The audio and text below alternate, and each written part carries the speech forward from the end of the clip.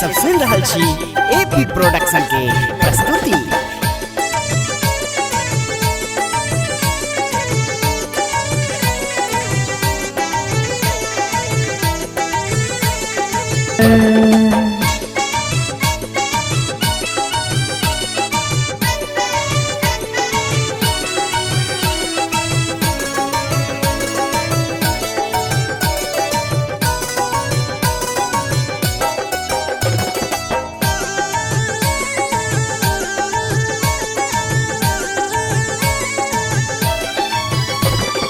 गजबे सजल केस गजरा गजब के आँखक अछि गजरा कमाल के पायल के छन छन चूड़ी के खन खन जेना परी नैनीताल के गजबे सजल केस गजरा गजब के आँखक अछि गजरा कमाल के पायल के छन छन चूड़ी के खन खन जेना परी नैनीताल के आँख सराबे गाल गुलाबी कानक बाली ठोरक लाली भोर का किरण सन लाली जेना एलो रूप सजा अहिच जान आचान हमर अहिच जान आचान हमर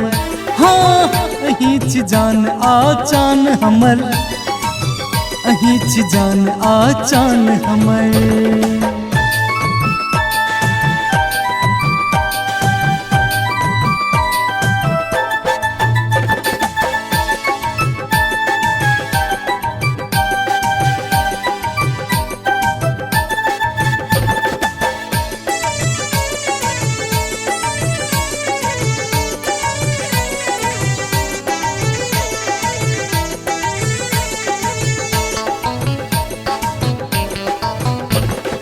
हसमुख नजारा देख हम दीवाना पागल भेलौं अही प्यार में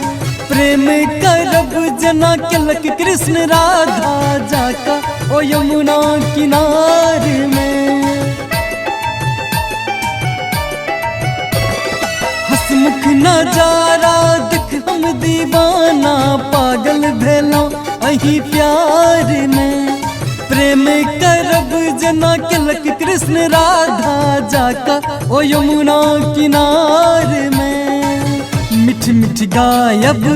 रास रचायब मुरली धुन पर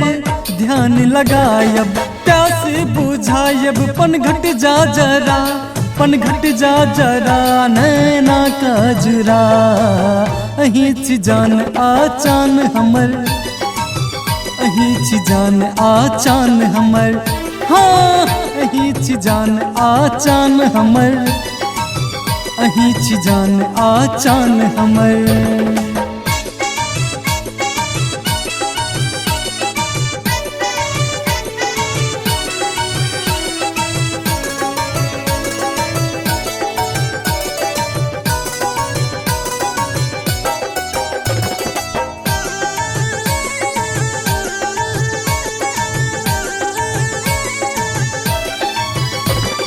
जहिया बंधब प्रेम के डोर बंधन जीवन सजत नैनाचार में चमकत ई जोड़िया सन आब रनिया जना चांद नभ आ सितार में जहिया बंधब प्रेम के डोर बंधन जीवन सजत नैनाचार में